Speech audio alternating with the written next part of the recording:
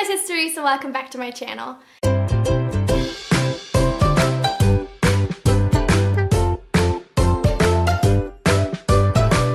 So today I'm going to be doing a general spring TBR because I have definitely noticed that the bright, warm weather has totally affected my reading tastes. Literally from one day to the next, I was super into contemporaries and I was really feeling it, which doesn't happen all too often, but spring often is the time for that. So I picked out a bunch of books from my TBR shelf and also some new editions because obviously I realized I didn't have enough contemporary, so I needed to buy some. But essentially, these are all just books that I'll be reading probably in the next few months. I hope so, at least. My mood will probably change again before I get to all of these.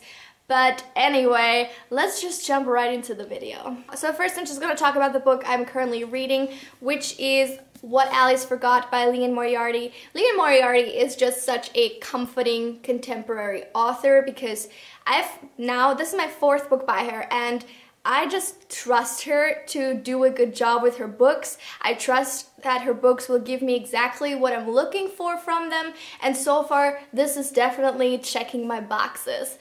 The premise is kind of like pretty standard, I guess. It's about a woman called Alice who bumps her head in the gym pretty hard, and she's 39, but she wakes up thinking she's only 29 and her life is a lot different at 29, and she realizes like her marriage is in trouble and she has children and things like that.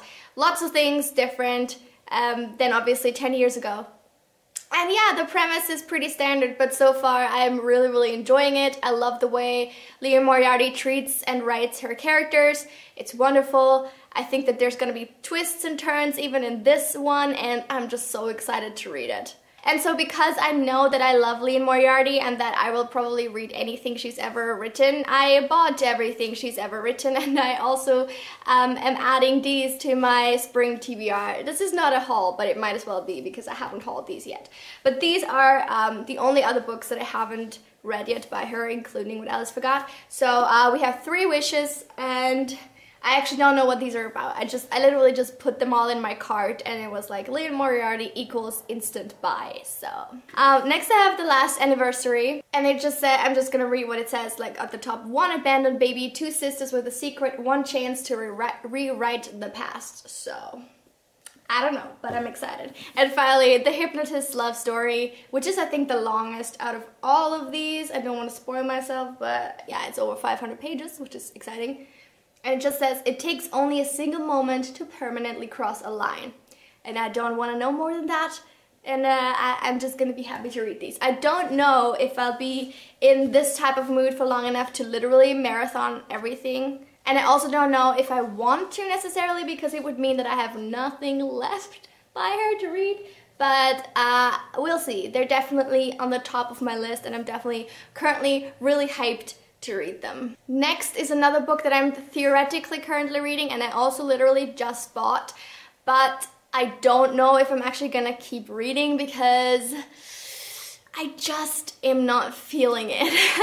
And that is My Not So Perfect Life by Sophie Kinsella. I've said before that there's for me a lot of parallels between Sophie Kinsella and Liane Moriarty. Like they both write very funny books and very witty books, and I've said like the first time I read Liane Moriarty I thought like she was like a grown-up, more grown-up Sophie Kinsella, and now going back to Sophie Kinsella I find it really difficult.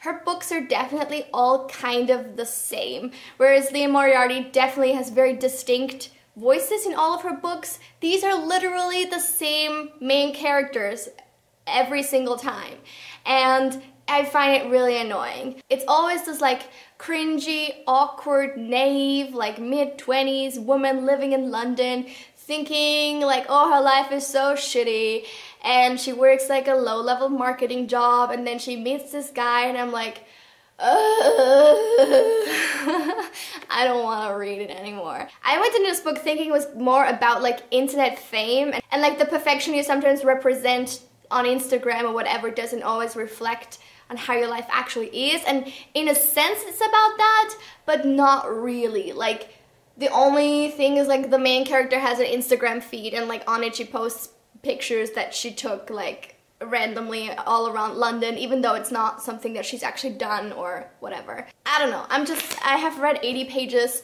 and I don't know if I'll get back to it at some point. I'm sad about it because I literally just bought it and I don't want to DNF it instantly, but I'm just not feeling it right now. So this is tentatively on my TBR and more of like a I should read this soon than a case of actually wanting to. To change it up a little bit, I'm gonna pick a different book that is actually from my project TBR, and that is Persuasion by Jane Austen. I've been meaning to read this for a very long time.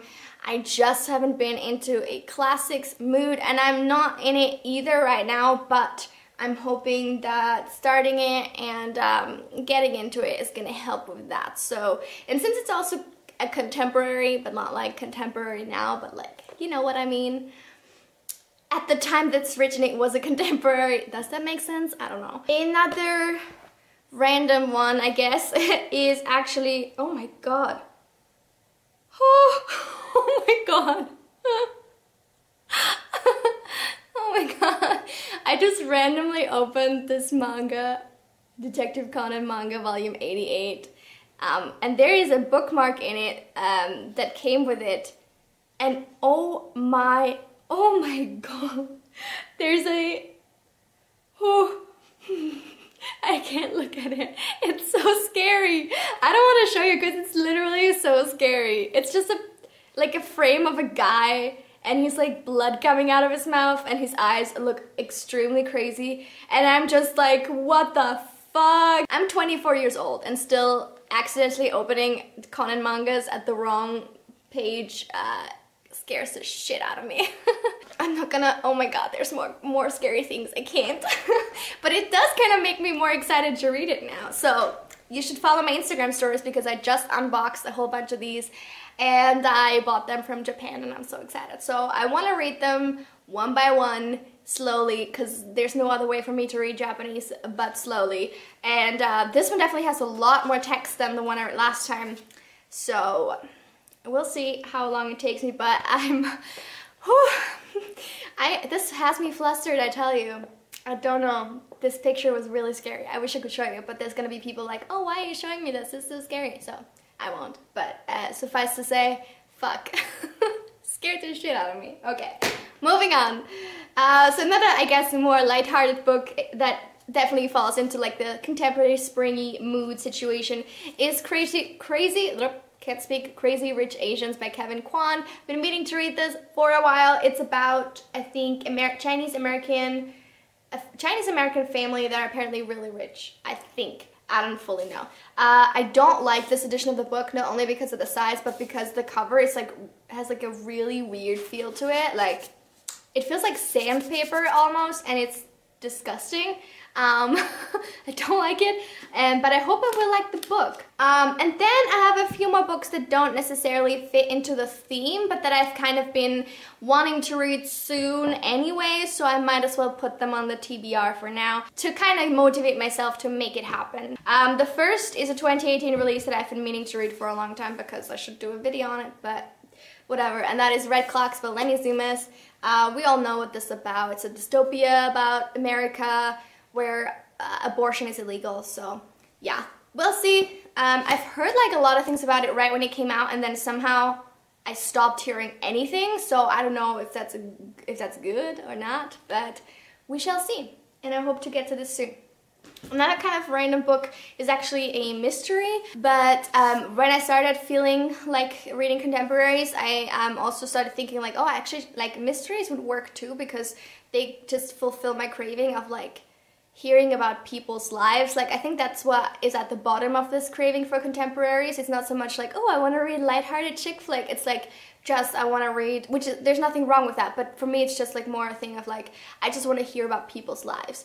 So mysteries work too, because it's just like a little messier and darker side of some people's lives. But this is Force of Nature by Jane Harper, the second book to The Dry. I've heard people say that this is better than the first. I quite enjoyed the first, and I wanna continue reading. Also, this cover is gorgeous. I've said it before, but I won't stop saying it because it is, okay? And then lastly, a bit more random than the rest, I just watched The Girl with All the Gifts, the movie adaptation, about 3 3 weeks ago. 3 weeks? 2 weeks or 3 weeks ago, I can't remember. But I really enjoyed it. I thought it was really well done. Loved it. Super cool adaptation. Very close to the book. And then I wanted to read the prequel. This is The Boy on the Bridge by M.R. Carey. I don't know how or if it's connected to The Girl with All the Gifts, except that it's set in the same world. But we shall see, and I'm excited about it. So that's gonna happen too, hopefully. Okay, and that is it for my spring TBR. I hope you guys enjoyed today's video. Please let me know in the comments what books you're planning to read in the next few months, and if you're also in this like crazy contemporary mood that I am in right now. Thank you for watching. Don't forget to like this video and subscribe to my channel if you're new here. I upload every Tuesday and Friday if I don't mismanage my time. And I will see you then. Have a lovely week. Bye!